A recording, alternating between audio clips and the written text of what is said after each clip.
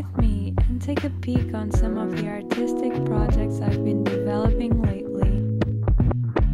I want to share some of the art I've been doing with you guys and also talk a little bit about how I deal with my own creativity.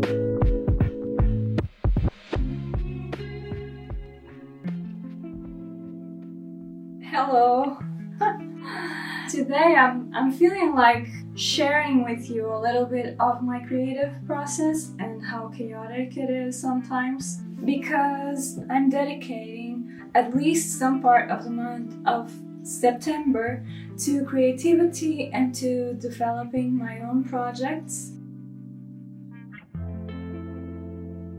When I was in art school, we had certain projects we had to develop. We had certain amount of drawings we had to finish in a certain period of time. So I attribute to that the time where I started blocking my own creativity because I was so focused on those deadlines or on those numbers or on those drawings that I had to do. It became normal to me to not even notice the things I wanted to create because I felt like I had some other things to do, So I had to start seeing things in another way so that I would get in touch with that creative side once again. And so for me the first step was doing something that was completely different from painting, because yes, I studied painting, so I was focused on painting for the longest time and I didn't feel passionate about it anymore. So I started doing photography, which was something really new for me. Although I always had somewhat of a connection with photography, I did photos when I was a kid. Then when I was a teenager, I joined the photo club in school. So I never really stopped doing photography, but because I'm not very technical as a person, I'm kind of, clumsy, and I don't really care that much about things being, precise. And at the same time, yes, but that's another story. At that time, when I wanted to get away from painting, I just thought, you know what, I want to do photography now, and that's what I started doing. So it was an interesting thing for me because it was so automatic. I liked the pace, the fast pace that photography has compared with painting, for example, because you just think about an image and you compose your set and you just do it. And so it was very good for me to get things moving, you know what I mean? So from that point on, I tried to experiment with many things. I did performance, I did photo as I told you, I did painting in different ways, I guess, and I started very slowly trying to get into music, which I thought I wasn't really capable of doing, to be honest. But all of these things starting to add up to my, natural way of going about things creatively. Oh, and I almost forgot about writing, which is something that I have been doing more as a diary, but then I started to try to be more creative, trying to express myself through writing, which was something very new for me also. So if you add all of these things, I had, a lot going on, and that really helped me to go back to painting and wanting to paint again. So I think experimentation is very important for you to start hearing your creative self talking to you and understand and recognize the things that you want to do, because most of the times those sides of our being are being silenced because of how we are used to go about things, I think for me it was very important to experiment and start little by little to recognize the things I wanted to do, So painting and photo and writing and music, with time they started adding up to the whole thing, and it became a some kind of a creative structure that helps me now to be very much in touch with that side. So I hope this helps you, because for me it was a very important process.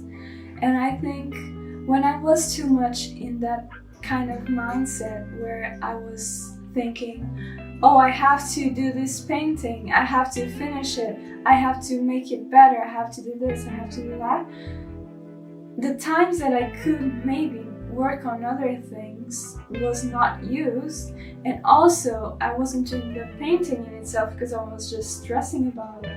So I think you should respect yourself and see what's your desire in that moment and make the most of it. And that's about it.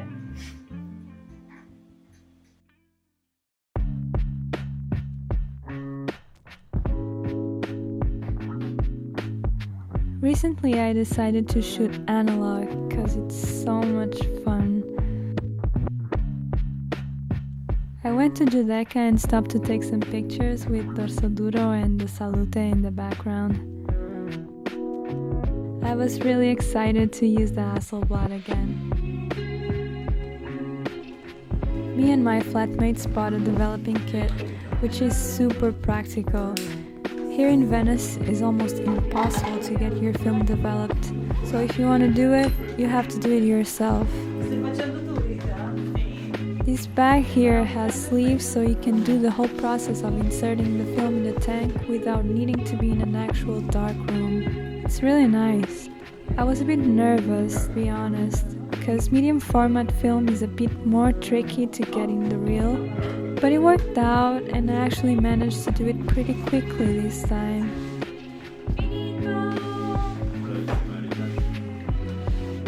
So I'm happy about that.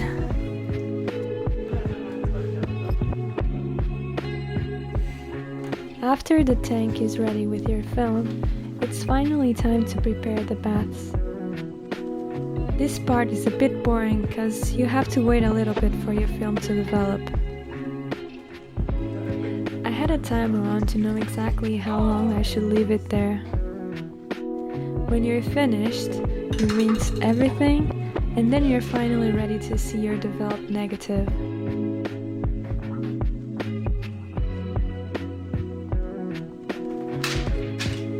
I really love the moment when I look at the pictures for the first time and find out how everything came out.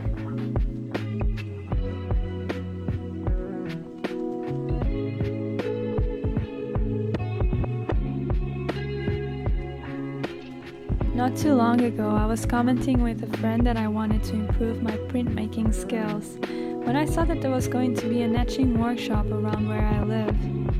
It seemed like a sign telling me I should do it.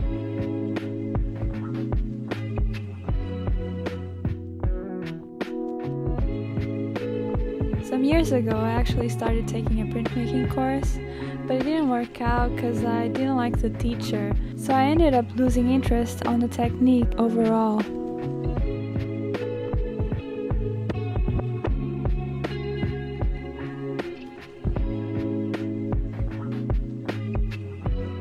To be honest, I was really surprised with the whole process of etching because I wanted to try it out, but I wasn't expecting to like it this much.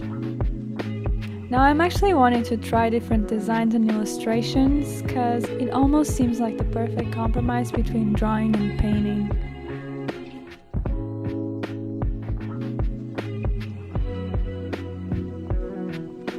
I'll try to show you some of my projects in the future videos.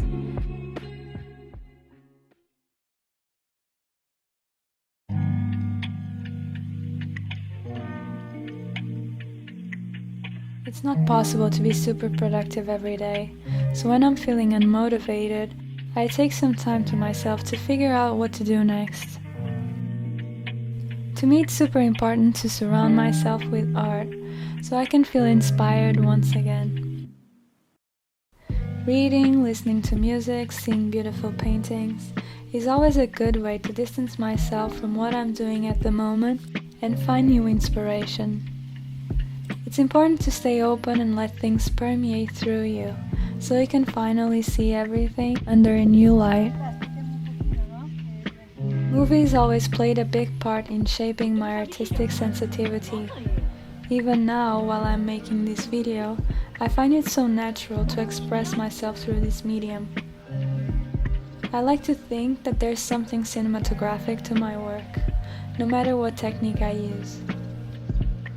I like to enter the movie and let myself be absorbed by it, so when I get back to reality, I'm able to notice the extraordinary within the mundane.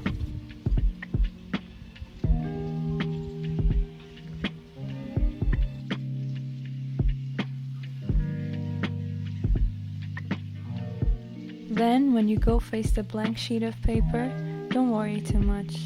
Remember, you can always add, change, pause, remove, edit, erase, then add some more, and when you think it's finished, start all over again. Because if you look closely, the best artworks are not perfect either. They have flaws, asymmetries, some are left unfinished. The important thing to do now is to start. You'll figure out the rest on the way there.